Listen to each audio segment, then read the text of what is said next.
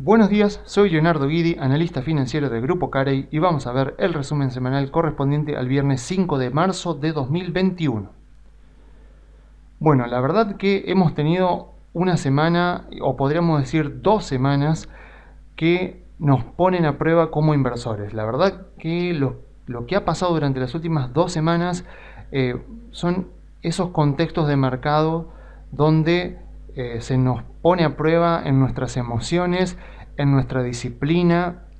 en nuestra capacidad de tomar decisiones en un entorno de incertidumbre, en nuestra capacidad para ser disciplinados con nuestra estrategia de inversión,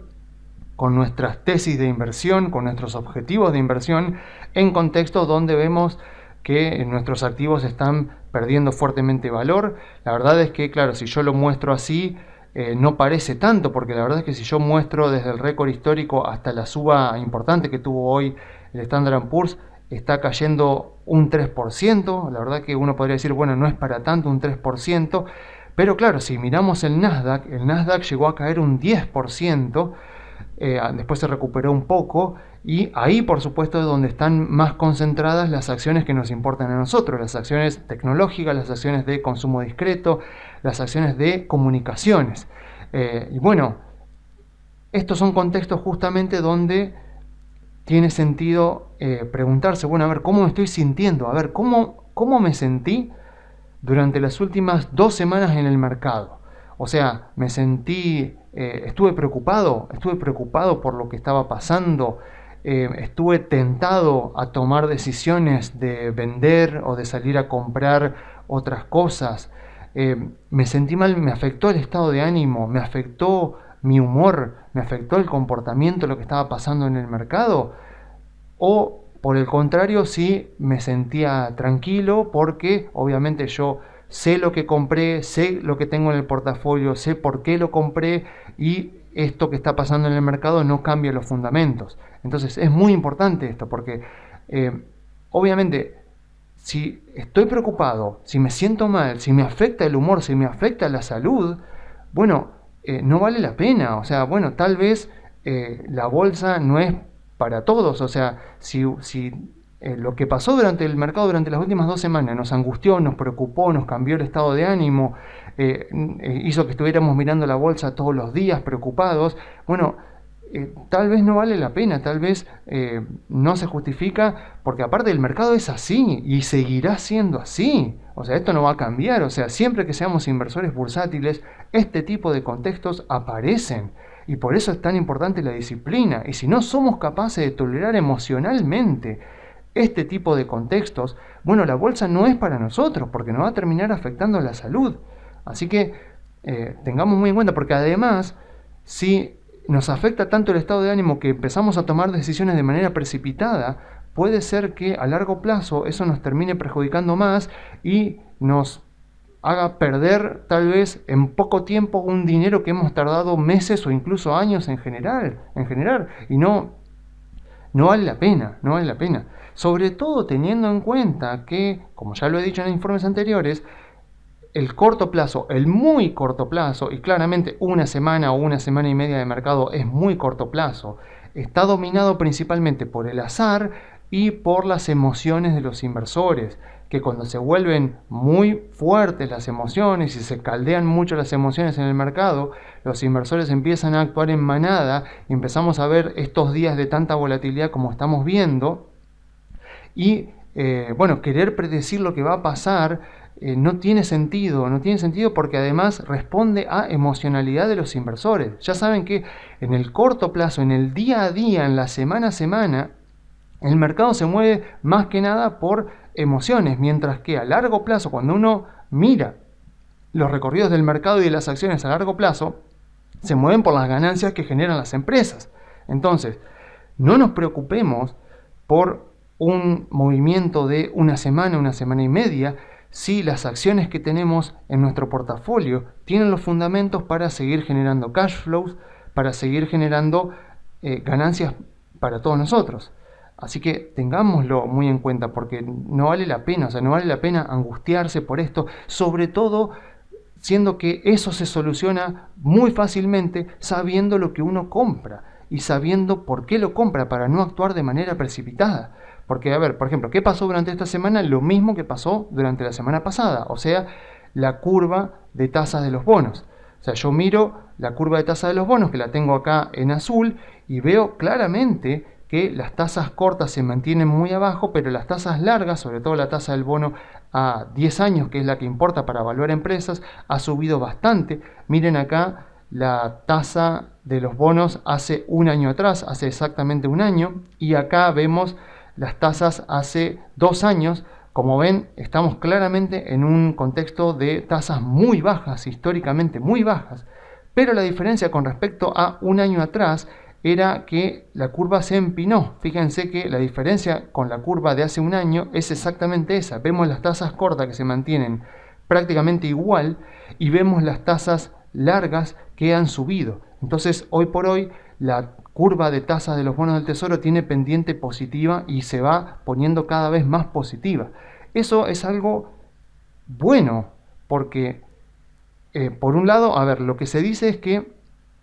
la tasa de los bonos largos debería reflejar las expectativas de los inversores con respecto al crecimiento real que va a tener la economía de Estados Unidos.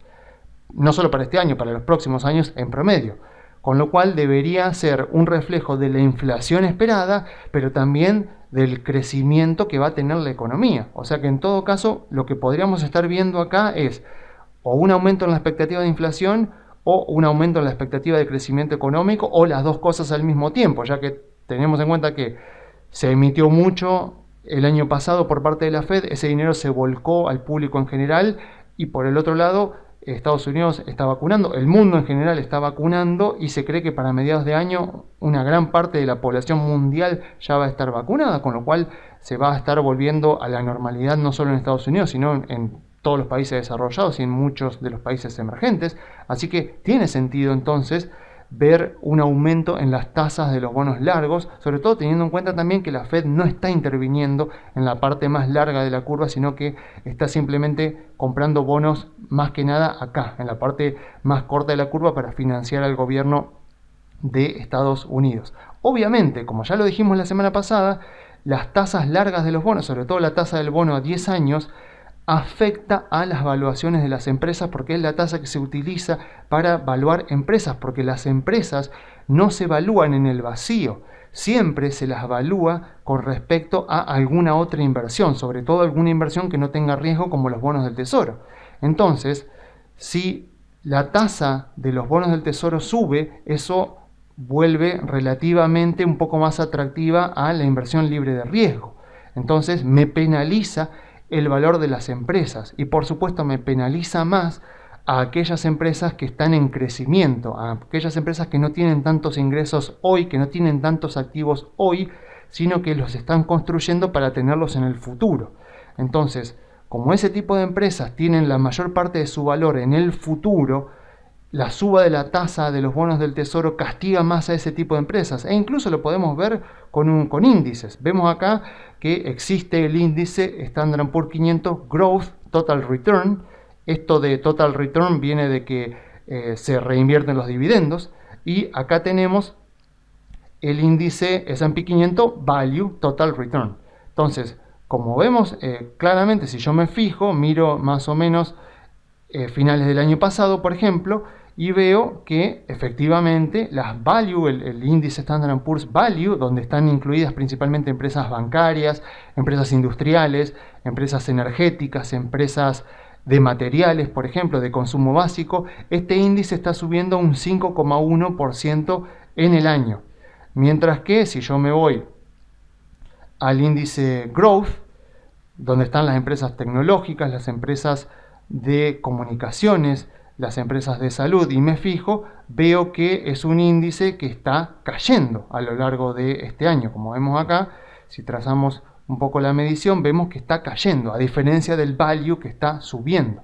Y esto, ojo, el rendimiento relativo superior del value con respecto al growth no es algo que esté pasando solamente ahora, porque si yo me fijo, si yo miro, por ejemplo, desde noviembre, que fue cuando se producen las elecciones de Estados Unidos y cuando empiezan a aparecer las primeras noticias de las vacunas, veo por ejemplo que si tomo noviembre hasta principios de diciembre más o menos, veo que el índice Value subió casi un 16%, mientras que si me fijo el índice Growth, veo que si tomo la medición más o menos subió un 11%, o sea que también tuvo un rendimiento superior el índice de las acciones Value, pero fíjense que el índice Growth siguió subiendo. Y fíjense que el índice Value no tanto, porque subió, después bajó y estuvo, miren acá, bastante plano, y ahora recién empezó a subir. O sea que no es tampoco que desde más o menos noviembre del año pasado las acciones Value fueron las grandes protagonistas del mercado y las Growth no. Sobre todo porque si yo tengo en cuenta los periodos más largos, como debería tenerlo cuando yo invierto, me hago un poco más para atrás y veo que si me voy a principios del 2020, veo que está en récord el índice Value, pero que no está tanto en relación a lo que fueron los máximos previos al COVID. Ahora bien, si hago lo mismo para el índice Growth, veo que sí está mucho más en récord de lo que era el récord previo al COVID. Así que el 2020 fue un año de las acciones Growth y nos lo muestra claramente esta comparación. Cuando yo veo el índice Value contra el índice Growth, veo acá que claramente tuvo mucho más sentido en 2020 estar invertido en sectores Growth que en sectores Value. Y entonces, por supuesto, la pregunta está en si esto va a ser algo temporal, como ya lo fue a finales del año pasado, o si puede llegar a ser algo más permanente. Sobre todo porque, por ejemplo, esta semana vimos que el mercado en un momento caía mucho, pero los bancos subían. O sea que, evidentemente, esta suba de las tasas largas le está beneficiando a los bancos porque literalmente beneficia a su principal driver. O sea, si yo hago un análisis de la industria bancaria, lo que veo es que el principal driver que tiene la empresa bancaria es el margen neto de intermediación, que depende directamente de la curva de tasas de interés. Y para eso nos sirve mucho este informe, o sea, la Federal Deposit Insurance Corporation de Estados Unidos, un organismo gubernamental, saca todos los trimestres este informe gratuito que se puede descargar por internet del perfil de la industria bancaria, o sea, cómo está la industria bancaria en este momento, donde hay imágenes interesantes como por ejemplo esta, donde nos ponen en miles de millones de dólares cuánto fue el ingreso trimestral que tuvieron los bancos dividido por el ingreso ligado a margen neto de intermediación y el no ligado a margen neto de intermediación, que es más que nada asesoría. Entonces, vemos, si hacemos las cuentas un poco, vemos que el 65% de los ingresos de los bancos está ligado a margen neto de intermediación, que es lo lógico, justamente. O sea, si yo me voy otra vez a la curva de tasas, lo que digo es, bueno, ¿cómo gana dinero un banco? Bueno, lo que nos dice acá el informe de la FDIC es que el 65% del ingreso de los bancos está ligado a el margen neto de interés. O sea, los bancos toman depósitos a plazo fijo, a corto plazo, por los cuales pagan un interés y prestan dinero a largo plazo, a 10, 20 o 30 años, incluso, por ejemplo, cuando son hipotecas, y por esto cobran un interés. Entonces, la diferencia que hay entre el interés que cobran los bancos y el que pagan los bancos es lo que se llama el margen neto de intermediación. Y eso es el 65% del ingreso de los bancos, según lo que me dice la FDIC. Entonces, si yo miro esto, veo cómo fue variando también el crecimiento de este tipo de ingresos a medida que fue cambiando la curva de tasa. Porque, por ejemplo, en 2019 yo veo que el ingreso por interés se estanca y empieza a bajar, y tiene lógica teniendo en cuenta que la curva de tasas estaba así. O sea, porque si bien los bancos no prestan a la tasa de los bonos del tesoro, claramente esta tasa se usa como referencia para los bancos. Entonces las tasas cortas se fijan en base a los bonos cortos y las tasas largas se fijan en base a los bonos largos. Y si los bonos largos están subiendo, obviamente eso mejora el margen neto de intermediación de los bancos y eso mejora obviamente los márgenes de rentabilidad de los bancos, mejora los drivers de los bancos y empuja al alza el precio de sus acciones. Entonces, ahora la pregunta por supuesto es, ¿tiene esto margen para seguir subiendo? ¿Tiene margen para que esto siga subiendo y que la tasa de los bonos del tesoro se vaya arriba del 2%, por ejemplo? La tasa del bono a 10 años principalmente. Bueno, acá está la pregunta clave. O O sea, en mi opinión yo creo que no. Yo creo que esto no es algo para directamente salirse de sectores en crecimiento y pasarse a sectores value, como por ejemplo el bancario. O sea, yo creo que es algo que es muy bueno que ocurra porque indica efectivamente que la economía de Estados Unidos se está recuperando, pero que no es algo que creo yo que tiene la magnitud suficiente como para justificar hacer una gran ponderación en nuestro portafolio de los bancos. Así que a menos que uno crea que la tasa de los bonos del tesoro se va a ir arriba del 2%, no tiene mucho sentido meterse ahora, porque por supuesto ya nos estaríamos metiendo bastante tarde. O sea, si nos duele mucho lo que nos está pasando, si estamos invertidos en empresas que están cayendo y vemos empresas como las bancarias que están subiendo, hay que tener mucho cuidado a la hora de actuar, por ejemplo, vendiendo sectores en crecimiento para comprar empresas bancarias, porque por un lado lo podemos estar haciéndolo muy emocionalmente y por el otro, si estamos invirtiendo porque vemos que se habla mucho de las empresas bancarias, las recomiendan mucho, leemos informes, lo vemos en los medios de comunicación, bueno, claramente eso ya está en los precios. O sea, si el sector bancario tuvo capacidad para brindar rendimientos mayores a los del índice y hubo gente que eso lo detectó y actuó en consecuencia y eso empezó a esparcirse y esa información empezó a circular, claramente ya están los precios. Y si yo empiezo a hacer eso, a tratar de averiguar y tratar de ver cuál es la inversión que se va a poner de moda en este momento para tratar de meterme y capturar un poco de rendimiento ahí y ganarle al índice, a la larga eso me va a traer más problemas que beneficios, porque si estoy operando con información que es de público conocimiento y de la cual están hablando todos, ya me estoy metiendo tarde. O sea, si los bancos tenían potencial para brindar rendimientos superiores al Standard & Poor's, me parece que a menos que yo crea que la tasa de los bonos del tesoro va a subir mucho más, se va a ir al 2, al 2,5, me estoy metiendo tarde, porque ya voy a estar metiéndome con toda esta información incorporada en los precios. Entonces es muy probable que al final termine perdiendo dinero o no ganando tanto dinero como si me hubiera quedado en los sectores en los que estoy invertido. O sea, tengan en cuenta mucho esto. O sea, son las sorpresas, ya sean sorpresas buenas o sorpresas malas, las que mueven los mercados, las que mueven los precios. No aquello que es de público conocimiento, porque eso ya está en los precios. O sea, la receta exitosa para un mercado alcista son bajas expectativas en los inversores y fortalezas, ventajas competitivas de las empresas, ventajas cualitativas de las empresas que no estén debidamente reconocidas en el mercado. O sea, esa es la mejor fórmula de un mercado alcista, cuando las expectativas son bajas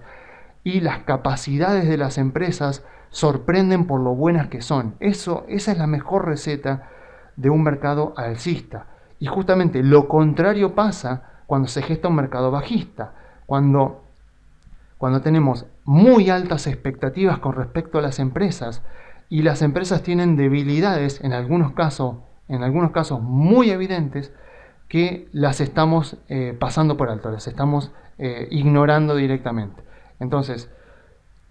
obviamente que hay rotaciones temporales, siempre en todos los mercados alcistas van a haber rotaciones de sectores, no siempre el principal sector o los principales sectores del mercado son los que lideran. A veces hay periodos, incluso que duran meses, donde un sector pasa un poco a estar quieto y otro sector se pone de protagonista y así, algún sector se pone de moda, otro sale de moda y así, pero en general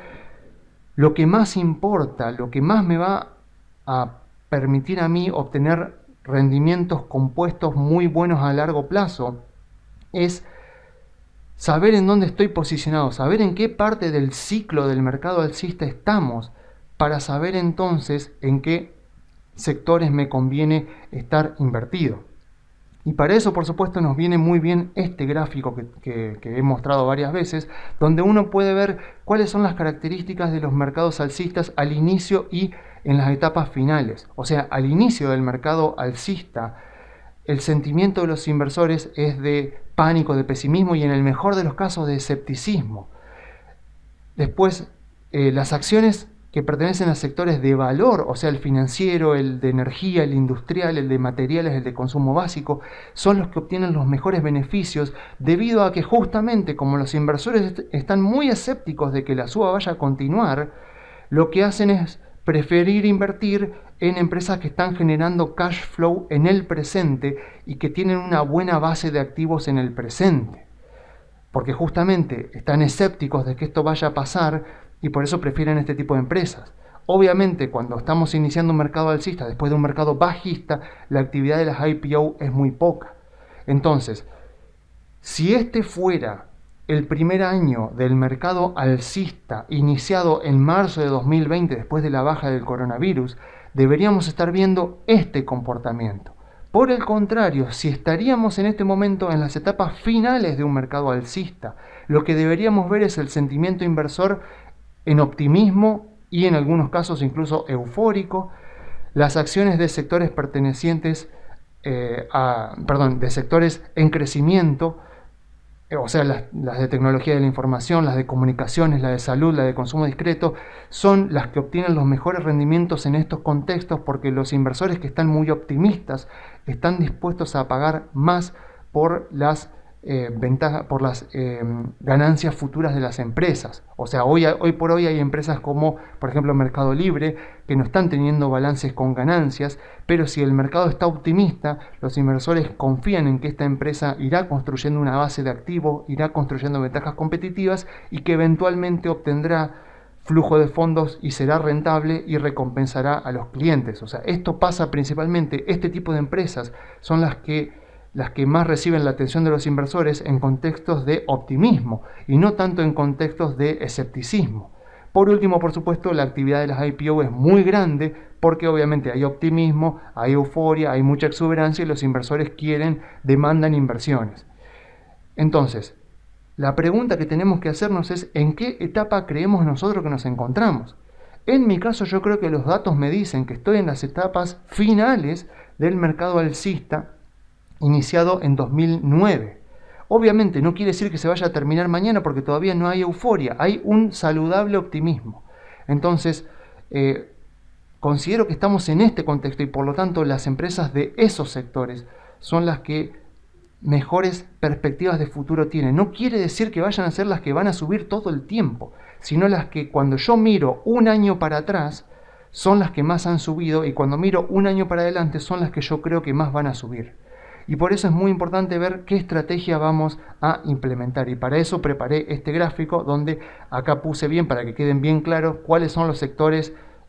que se consideran en crecimiento, o los growth, y los sectores value, para que tengamos bien en cuenta. Y volvemos a lo mismo, ¿en qué etapa del mercado alcista creemos que nos encontramos? En mi opinión estamos acá. Estamos en optimismo, todavía no hemos llegado a la euforia y las bajas que hemos visto durante esta semana nos demuestran que no estamos en euforia, sobre todo porque han venido balances que estaban relativamente bien y las empresas han bajado y bastante han bajado, así que yo creo que estamos acá en un racional optimismo. Por lo tanto, la sugerencia es, en este contexto, más acciones growth y menos value. O sea, no quiere decir que elimine totalmente las acciones value de mi portafolio, o sea, que quite al sector financiero, quite al sector energético, de materiales, al industrial, que lo saque de mi portafolio. No, no quiere decir eso. Lo que quiere decir es que más del 50% del dinero, o sea, que la principal parte de mi dinero esté invertido en estos 4 sectores. A gusto mío, con las acciones que a mí me gusten, pero en estos 4 sectores, porque son los sectores que justamente se caracterizan por tener las mejores perspectivas y los mejores fundamentos para este contexto de mercado que estamos atravesando. Obviamente que si ustedes creen que en realidad no estamos en la etapa inicial de un mercado alcista que se inició el año pasado, bueno, deberíamos estar viendo pesimismo y escepticismo en el mercado. Yo no lo veo. Ahora, puede ser que ustedes lo vean. Si ustedes lo ven, bueno, entonces la recomendación es más value en el portafolio y menos ponderación para las empresas growth. Obviamente, en algún momento va a llegar la euforia. Supongamos que llegará el año que viene. No creo que llegue este año, posiblemente el año que viene. En ese caso tendríamos que empezar a ver un poco cómo se está comportando el mercado, cómo se está comportando el Standard & Poor's y aprovechar las reglas claras que tienen los mercados bajistas. Por ejemplo, la regla del 2%, la regla de los 3 meses. Si yo veo más o menos que pasaron 3 meses desde el último récord histórico, 3, 4 meses, y el mercado ha caído 2% promedio por mes, bueno, ahí hay una señal de que puede ser que se esté empezando a descontar en los precios, que las expectativas de los inversores, como decía antes, se han exagerado demasiado al alza y que las debilidades propias de las empresas se han pasado por alto y que están empezando a aparecer. Si yo empiezo a ver ese tipo de comportamiento en el mercado, ahí puede ser que efectivamente llegue el momento de salirme de las acciones, tomar cobertura con algún tipo de otros activos, renta fija por ejemplo, y esperar a que termine el mercado bajista. Si efectivamente tuve razón y acerté y se produjo un mercado bajista, más o menos lo que nos dicen las reglas de los mercados bajistas es que suelen durar 18 meses más o menos, aunque a veces duran un poquito más. Entonces, más o menos a los 18 meses de inicio del mercado bajista, yo tendría que estar empezando a volver al mercado. En este caso, obviamente sondeando mucho cómo está el sentimiento de los inversores. Si veo mucho pesimismo y pasaron 18 meses desde que se inició el mercado bajista, tengo bastantes fundamentos para empezar a entrar al mercado y por supuesto lo voy a hacer en estas empresas, en las empresas de valor, empresas industriales, empresas financieras, ante la expectativa de que eventualmente se va a iniciar un mercado alcista. Pero bueno, falta mucho todavía para eso, apenas estamos acá, así que esa es la estrategia que a mí me parece más sensata para el momento en el que estamos viviendo. Así que eso por lo menos por lo pronto por Estados Unidos. La verdad que en Argentina no hay mucho para decir. Vuelvo a repetir como finalización del tema de Estados Unidos que es entendible lo que nos pasa emocionalmente, pero tengamos en cuenta de que no podemos permitir que las emociones por ver lo que está pasando en el mercado nos afecten las decisiones que hemos tomado previamente, porque si nos hemos tomado el trabajo de estudiar una empresa, de estudiar sus perspectivas, de estudiar sus ventajas competitivas y la compramos, lo hemos hecho a través de un proceso disciplinado y después decidimos venderla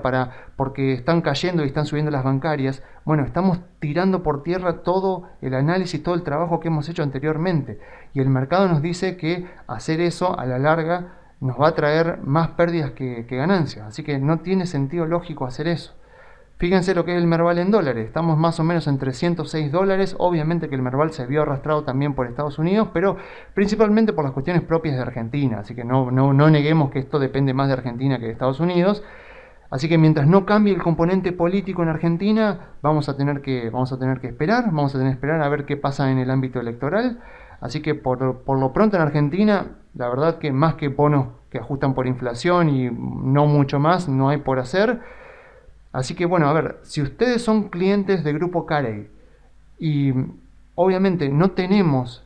suficiente cantidad de CDRs, o sea, la verdad es que la oferta de CDR que hay es muy buena, es muy bienvenida, pero no es muy grande, así que si ustedes son clientes de Grupo Carey y quieren invertir directamente en Estados Unidos, donde están todas las acciones disponibles, donde están los ETFs, donde hay bonos corporativos, bonos del tesoro, hay opciones. Bueno, Grupo Carey les brinda esa alternativa, pudiendo abrir una cuenta individual en Estados Unidos dentro de la cuenta de asesoría de Grupo Carey. El fondeo se realiza a través de bonos argentinos que se envían por caja de valores y una vez allá se puede invertir directamente en todo lo que ofrece el mercado norteamericano. Así que si son clientes de Grupo Carey, sepan que bueno, si no les alcanza con los CDR que hay, si quieren otras alternativas, tienen disponible la posibilidad de abrir una cuenta individual en Estados Unidos, por lo menos hasta que Argentina nos brinde un poco más de expectativas positivas para posicionarnos en acciones. Así que bueno, yo me despido dejándoles las vías de comunicación. Se pueden comunicar por la página web grupocarey.com.ar o enviando un mail a contacto@grupocarey.com.ar.